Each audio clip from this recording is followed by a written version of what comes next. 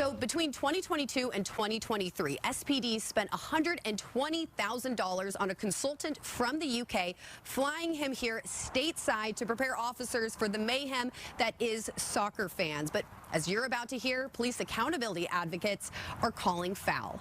The World Cup certainly presents new dynamics that we have not dealt with, and certainly not on the scale that FIFA will bring to the city with 6 home games here. City contracts show us tens of thousands of dollars were pumped into a crowd management consultant over in the United Kingdom. In 2020, they spent $50,000 on him. In 2023, paying $70,000 for 2 rounds of 2-day courses, the majority of which covered delivery and travel costs. It must be nice, and I would love to know, was that coach with first class with all the amenities? Seeing those figures gave police accountability advocate Nakia Hunter some serious sticker shock. Needing $50,000 for travel from the UK to here, I'm sure that could have been minimized by using the experts right here. She says expenses like this seem ridiculous when the city has a $250 million budget deficit. We're still shoveling boatloads of money. But SPD responding to this criticism is standing by the decision. We don't fly people first class. We don't do fancy frills on trips. We hire people to provide a service that is under contract. Brian Maxey with the department says, working with the Office of the Inspector General, they identified this international expert, flying him across the pond with 2 goals in mind. The first, teaching what's called dialogue policing, where officers are dispatched ahead of big events or protests to talk with organizers to set some ground rules. The second is to enlist a European who can prepare them for the FIFA frenzy ahead. That we do not have so much experience with here in the city of Seattle. Arguing compared to other expenses,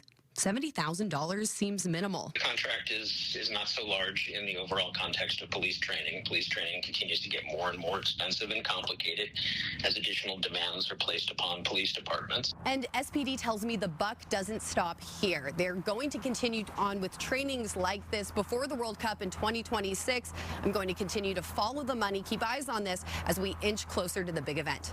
Reporting in Seattle, Lauren Donovan, Fox 13 News.